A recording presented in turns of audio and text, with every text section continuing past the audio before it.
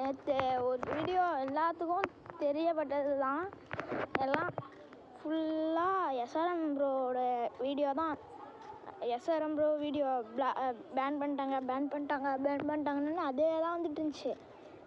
சரி நம்மளும் போய் பார்க்கலாமேன்னு பார்த்தா வேறும் இந்த ப்ரோ நல்லா தான் இருந்திருக்காரு.